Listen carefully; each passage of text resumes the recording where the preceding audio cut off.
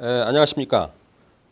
이번 시간은 효율적인 기술사, 시험은 어떻게 내가 대비를 하는가, 그 부분에 대해서 설명을 드리도록 하겠습니다.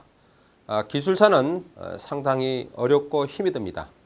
또한 모든 문제가 주관식으로 출제가 되기 때문에 여러분들의 순간순간 시험 당일 시험지를 보고 그것을 작성해야 되는 그 능력은 상당히 여러분들이 훈련과 또한 자신의 어떤 자신감에 의해서 여러분들이 답안 작성을 해야만이 자신의 목표를 성취할 수 있다. 그런 의미에서 하나하나 조언을 드리고자 합니다. 첫 번째는 체계적인 계획을 설정해야 됩니다. 그래서 기술사를 공부하는 것은 계획이 있어야 되겠죠. 우리가 어떤 일을 하더라도 계획이 있어야 됩니다. 그래서 그 계획에 의해서 우리가 여러 가지 자신이 해야 될 업무를 추진하는 것이 좋겠죠. 그래서 보통 6개월에서 1년 정도 기간을 잡으면 좋습니다. 그래서 계획을 먼저 세워야 되겠죠.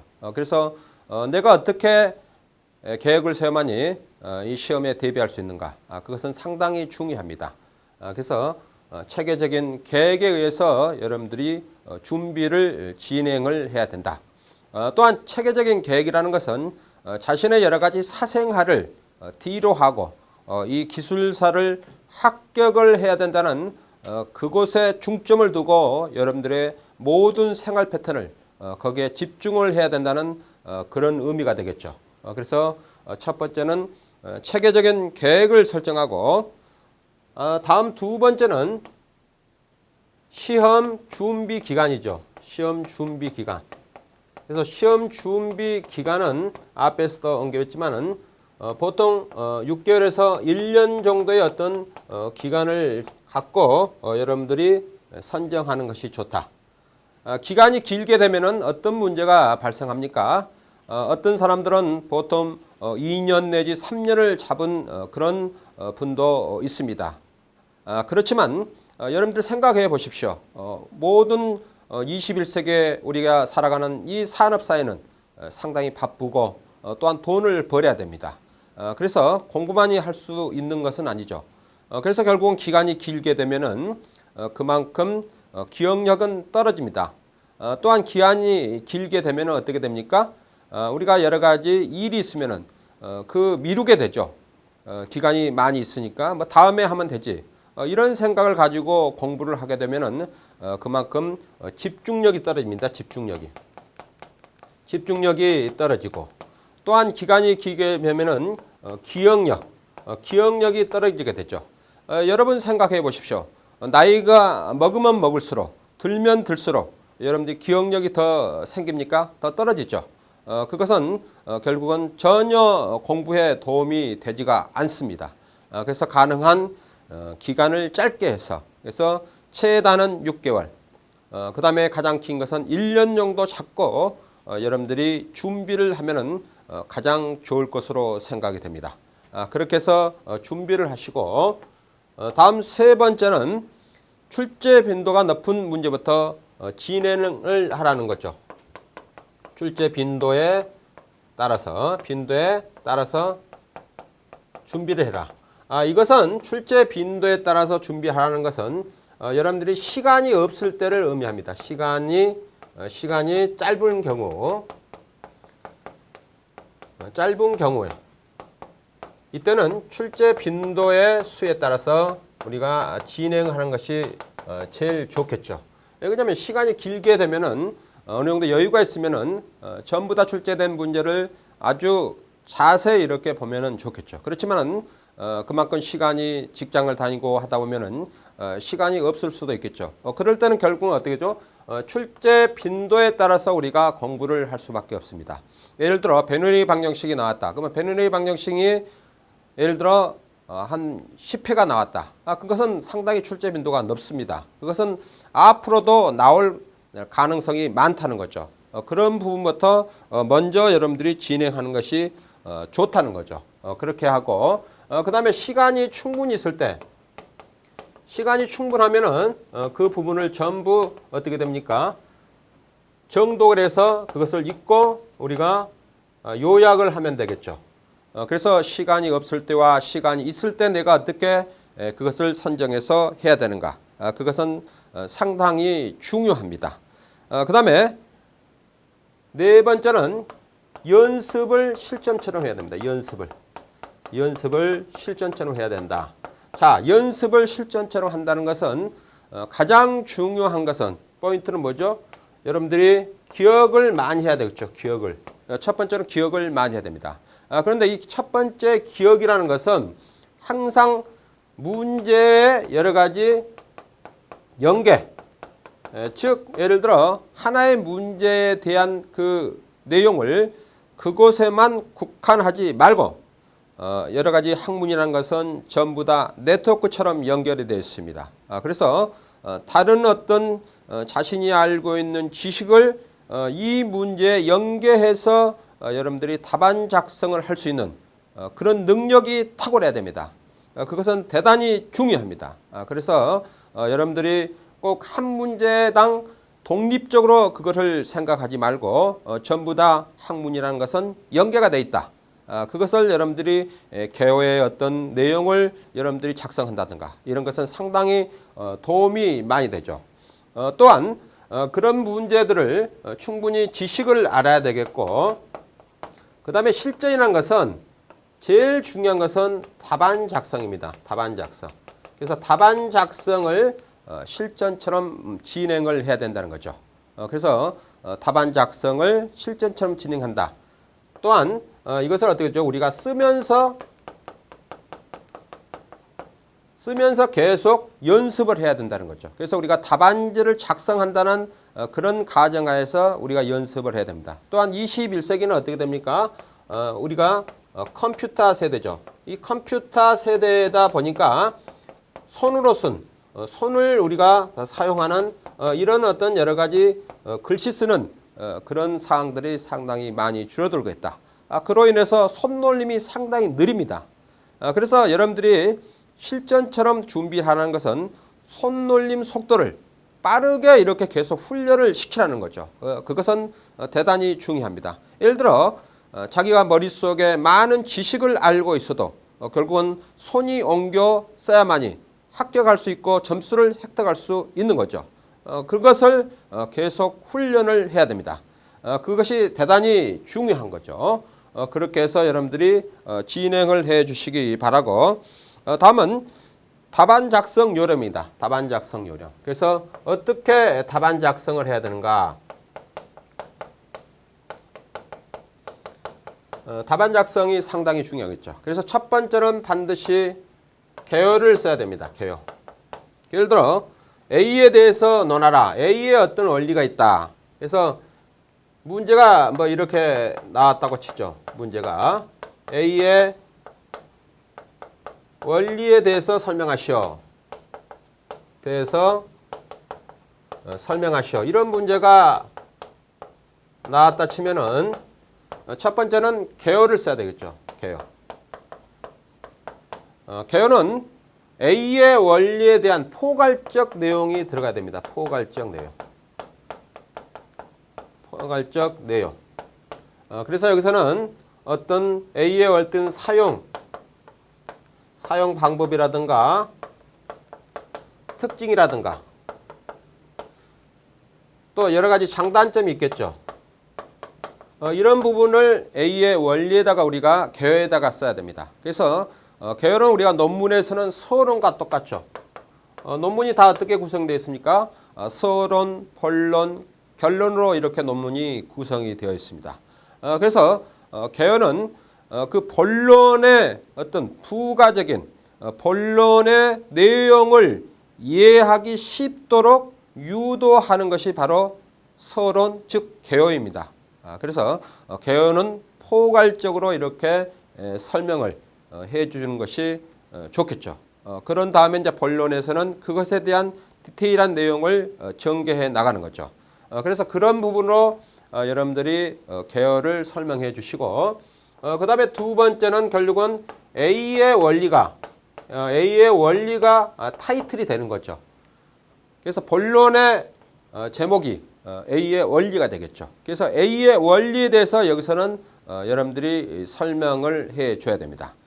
그래서 여기서는 결국 A의 원리에 대해서는 쭉 설명을 해주면 되고, 예를 들어 베르누이 방정식이 나왔다면은 베르누이 방정식에 대해서 설명하시오, 이런 문제가 나왔다 치면은 여기에는 결국은 베르누이 방정식 그림을 그리시고, 그 다음에 거기에 포지션 1과 포지션 2, 예를 들어 베르누이 방정식이 뭐 이런 식으로 어떤 유체가 흘러가고 있다면은 이 부분과 이 부분, 즉 이 부분을 우리가 포지션 1이라고 불고, 이 부분을 우리가 포지션 2라고 했을 때 여기에 관련된 여러 가지 V1과 그 다음에 V2, 그 다음에 P1과 P2, 그 다음에 Z1과 Z2, 이런 부분을 이렇게 그림을 그려서 설명을 해줘야 됩니다. 그래서 베르누이 방정식의 개요에서는 어떤 부분에 사용하고 이것이 왜 필요한가, 그거는 우리가 손실수들을 구한다든가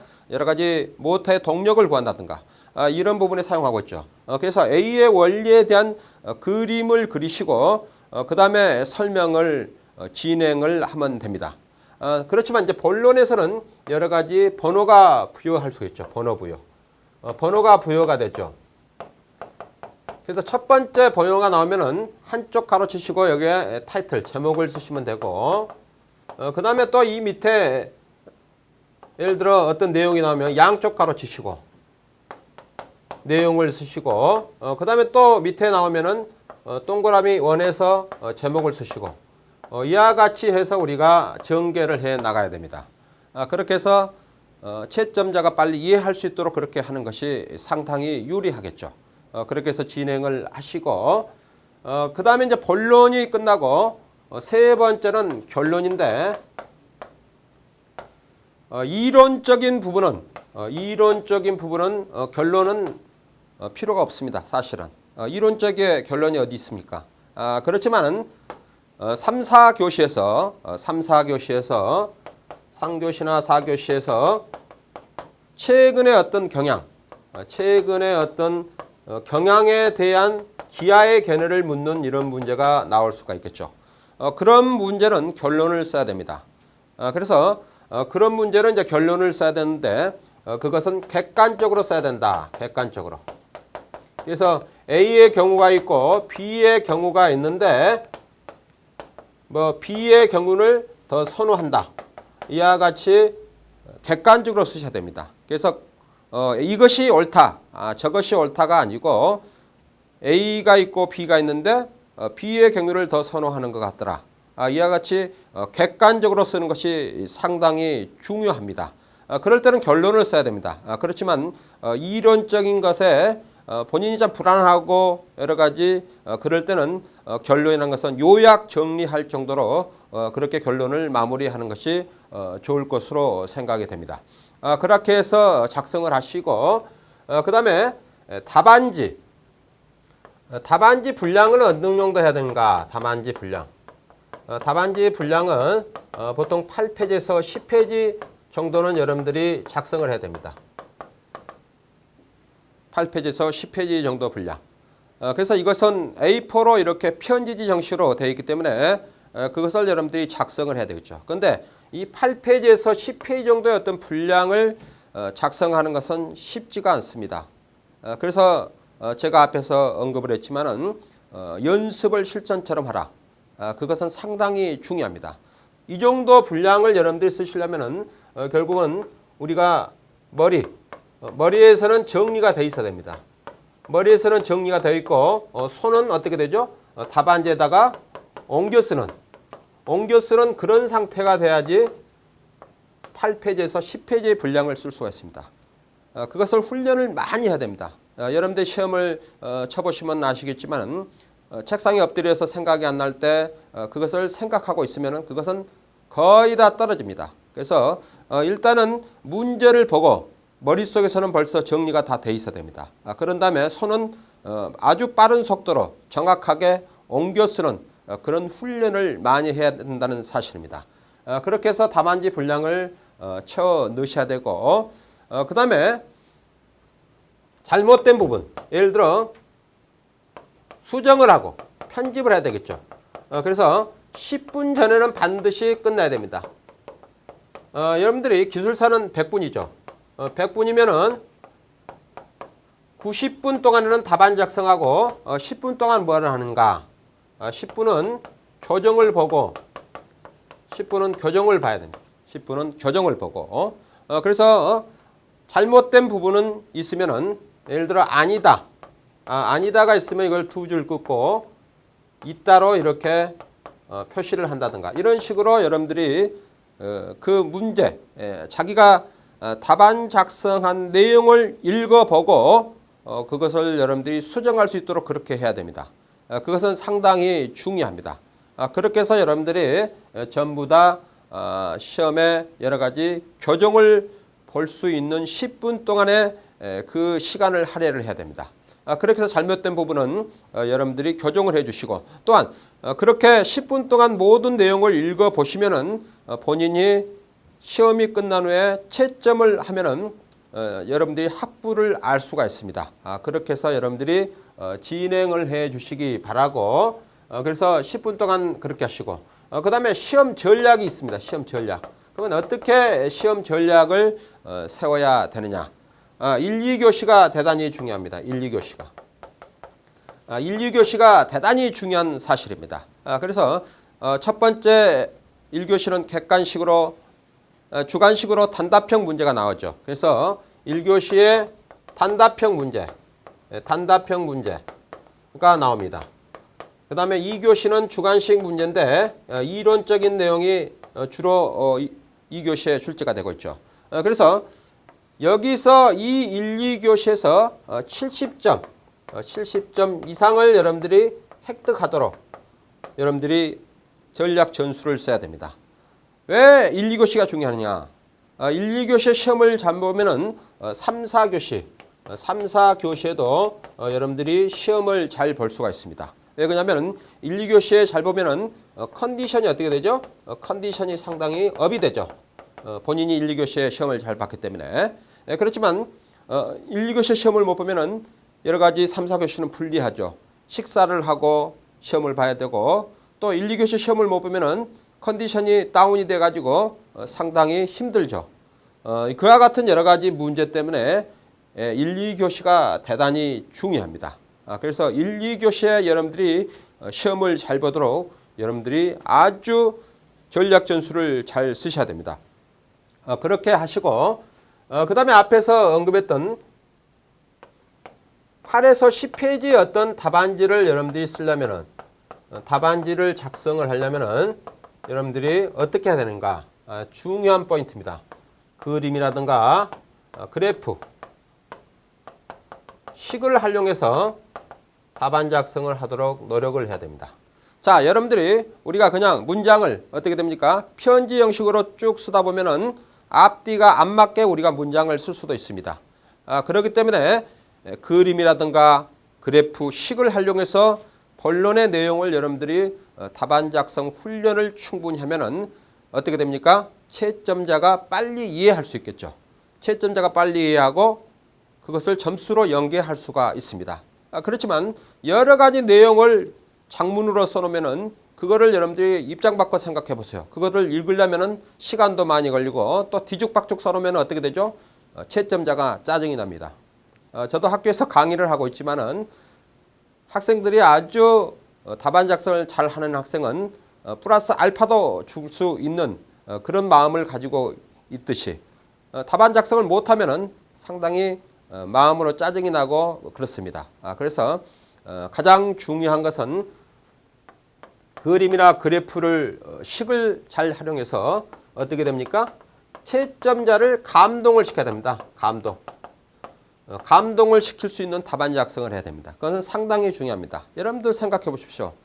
항상 어떤 상대방과 대화를 할 때도 상대방이 나를 배려하고 나에 대해서 관심이 있고 그런 사람에게 그분에게 욕을 할 수 있습니까? 뭔가를 내가 도와주고 싶고 뭔가 그분에게 참 즐거운 어떤 일이 있으면 그것을 내가 도와주고 싶고 그런 거 아닙니까? 그래서 우리가 채점자를 감동시키는 답안지는 여러분들이 합격할 수 있는 지름길입니다. 그것을 꼭 명심을 해 주시기 바라고, 그 다음에 또 두 번째, 우리가 여섯 번째는 뭡니까? 자신감이 있어야 됩니다. 자신감. 그래서 자신감이 있어야 되겠죠. 자신감과 그 다음에 인내심이 있어야 됩니다. 이것은 상당히 중요합니다. 자, 우리가 자신감이 인생을 살면서 자신감을 갖는다는 것은 대단히 중요하겠죠. 여러분 생각해 보십시오. 이 세상에 태어나 가지고 내가 가장 위대하고 내가 가장 자신감 있고 나는 뭐든지 할 수 있다는 그런 자신감을 갖는 사람은 세상에 여러 가지 즐거움으로 사는 사람이 상당히 많습니다. 그렇지만 나보다 잘난 사람을 보면 내 자신이 위축이 되고 또 공부를 잘하는 사람 보면 내 자신이 초라해지고 그것은 상당히 잘못된 사고방식이죠. 이 세상에 태어나면은 자기가 가장 멋있는 사람이라고 생각하고 또한 그런 삶을 살도록 여러분들이 노력을 해야 되겠죠. 그것은 상당히 중요합니다. 그것은 시험장의 분위기와 연관이 될 수가 있습니다. 그래서 시험들이 시험장에 들어갔을 때 그 많은 수험생보다도 내가 위대하다. 그런 생각을 가지고 시험을 보는 것과 거기서 위축이 돼서 시험을 보는 것은 천지차이입니다. 그래서 그 시험장 분위기를 어떻게 되죠? 장악을 해야 되겠죠. 장악을 함으로써 어떻게 됩니까? 자신이 공부한 내용을 다 기억해낼 수 있는 능력이 나옵니다. 그렇지만 위축이 되면은 그러하지 못하죠. 그 다음에 인내심이 있어야 됩니다. 기술사는 인내심이 있어야 됩니다. 여러 가지 어렵고 힘든 것들이 많습니다. 우리가 살아가는 이 세상에는 상당히 힘이 들죠. 또한 도시 생활은 더 힘이 듭니다. 아파트 관리비를 내야 되고 모든 것이 다 돈이 있어야지 우리가 모든 생활을 유지할 수 있습니다. 그러기 위해서는 우리가 또한 직장을 다녀야 됩니다. 그런 와중에서 또 우리가 공부를 해서 자신의 어떤 명예를 획득을 해야 됩니다. 그렇게 여러분들이 병행하는 것은 쉽지만은 않습니다. 그렇지만은 자신이 하려고 하면은 충분히 될 수가 있습니다. 그래서 그런 부분에 여러분들이 충분히 검토를 해서 진행을 해 주시기 바라고, 그 다음에 일곱 번째는 답안지 양식이 변경이 됐고 또한 분량도 많이 늘어났죠. 그래서 여러분들이 답안지의 양식이 변경이 됐습니다. 그래서 옛날에는 우리가 이렇게 아래에서 위로 넘겨서 우리가 답안 작성을 했는데 현재는 옆으로 넘기죠. 그래서 결국은 오른쪽에서 왼쪽으로 넘기면서 답안 작성을 할 수 있도록 그렇게 되어 있습니다. 그래서 그 부분도 여러분들이 참고를 해서 여러분들이 훈련을 해 주시기 바랍니다. 다음에는 암기 위주. 암기 위주보다는 여러분들이 어떤 기억력을 생각해서 그거를 끄집어낼 수 있도록 그렇게 해야 됩니다. 그래서 여러분들이 책을 살 때 책 선정이 상당히 중요합니다. 책 선정. 그래서 책을 여러 권을 보는 것이 중요한 것이 아니고 자신에게 맞는 서적을 선정을 해야 되겠죠. 자신에게 맞는 서적을 선택을 해야 됩니다. 그래서 그것을 어떻게 되죠? 그것을 주 교재로 활용해서 여러분들이 공부를 해 나가야 됩니다. 그런데 여러 권의 책을 보면은 여러분들이 혼선의 의미가 충분히 내포되어 있다. 예를 들어 저자마다 약간씩 생각하는 패턴이 다르기 때문에 전개하는 능력도 약간씩 다릅니다. 그러면 A라는 책을 보고 B라는 책을 보고 이렇게 반복해서 왔다 갔다 하면은 결국은 자신의 생각에 여러 가지 흔들림이 발생할 수 있습니다. 즉 공부에 대한 기준이 흔들린다는 거죠.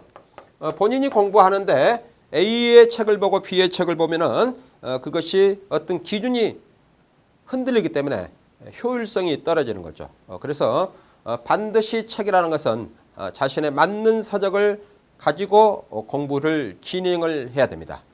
그리고 나머지 책은 하나의 서브로 보조를 하고 A라는 책을 보면서 자기가 좀 더 추가될 내용을 알고자 할 때는 B라는 그런 서브 교재를 보셔서 거기다가 A의 교재에다가 포스트잇을 붙여서 거기다가 메모를 하고 이와 같이 한 곳에 집중을 해서 여러분들이 공부를 해 나가야 됩니다. 그래야만이 효율적인 공부가 되겠죠. 그렇게 해서 여러분들이 진행을 해 주시고 그 다음에 책을 여러분들이 구입을 하면은 정독을 해야 됩니다. 그래서 정독을 한 번 이상은 여러분들이 정독을 해야 됩니다. 한 번 이상을. 그래서 논술형 그런 책을 가지고 여러분들이 공부를 해야 되겠죠. 인터넷이나 또는 여러 가지 다른 매체를 보면은 서브노트가 많이 나오는데 서브노트를 뭐 판매하고 뭐 그런 얘기가 많이 나오는데 여러분들이 상당히 생각을 많이 하셔야 됩니다. 자, 우리가 서브노트를 산다는 것은 그만큼 여러분들이 공부의 시간을 줄이겠다는 거 아닙니까? 그런데 그것은 좋지만 공부의 시간을 줄여가지고 기술사를 합격하면 얼마나 좋겠습니까? 그것은 절대 힘든다. 그래서 반드시 책을 사면 한 번 이상을 정독을 하시고 정독을 하시면서 어떻게 됩니까? 핵심 키워드를 어떻게 되죠? 키워드를 언더라인을 쳐서 그것을 전부 표시를 해야 되죠. 키워드를 표시를 합니다. 거기에 있는 내용을 다 여러분들이 암기는 할 수가 없겠죠. 그걸 어떻게 다 암기합니까?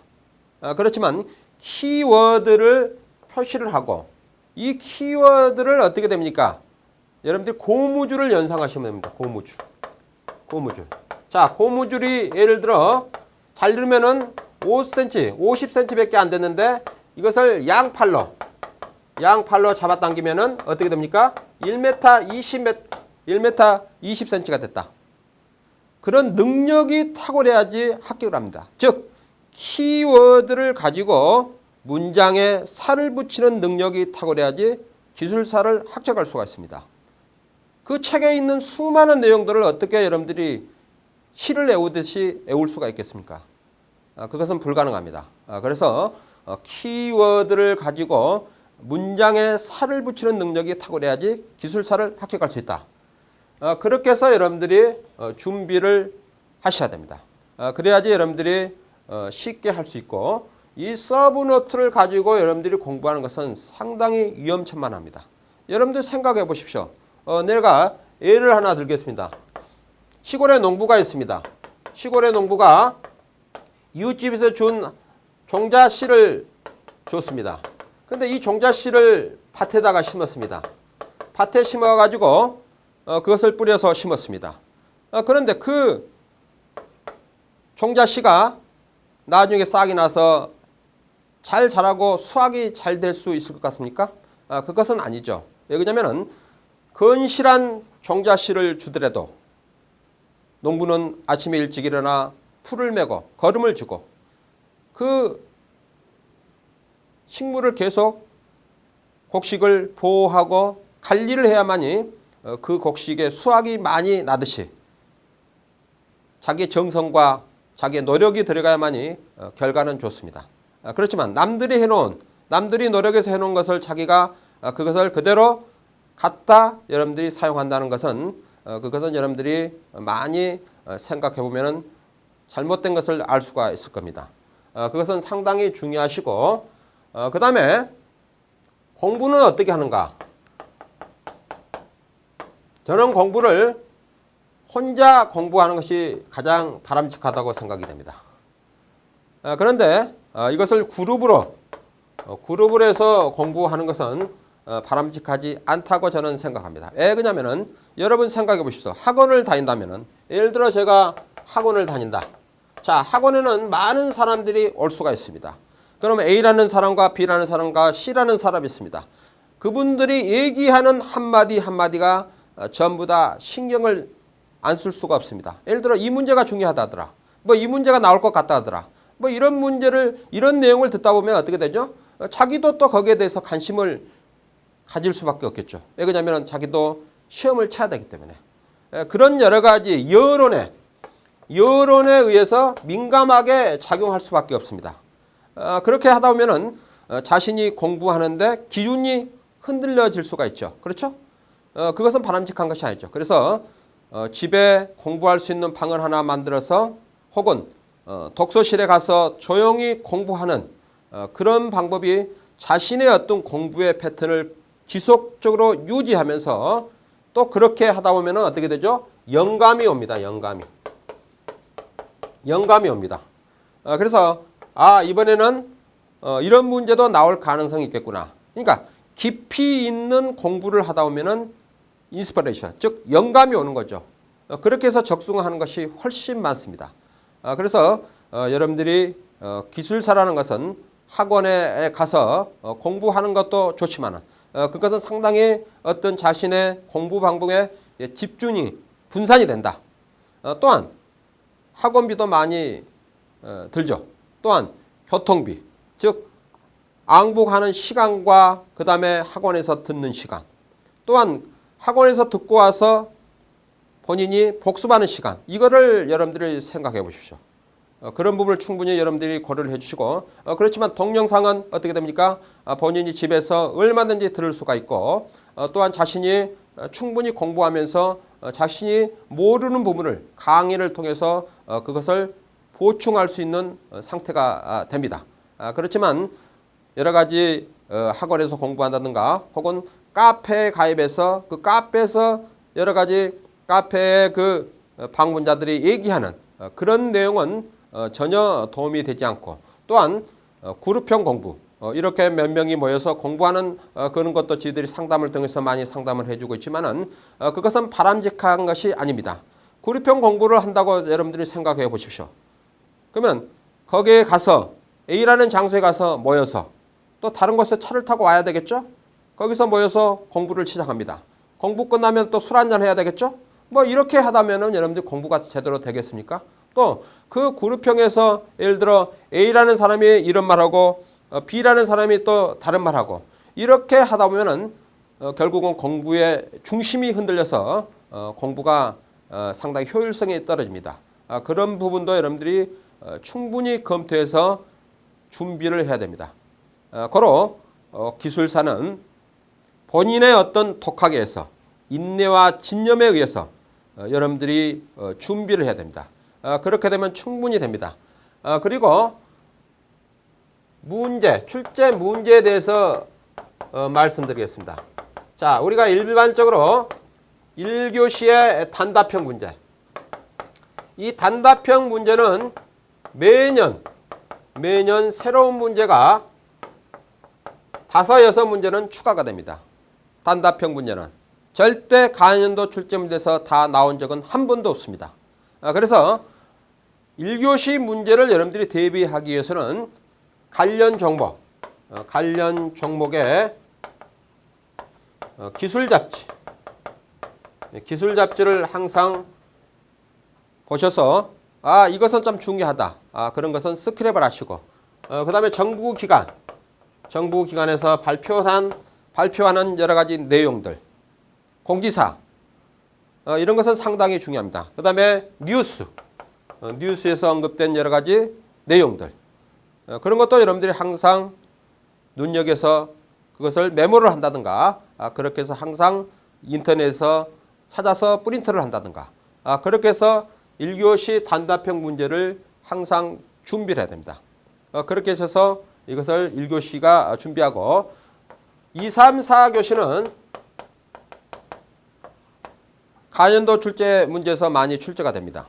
그래서 가연도 문제를 여러분들이 꼼꼼히 이렇게 잘 확인하고 그것을 준비를 해야 됩니다.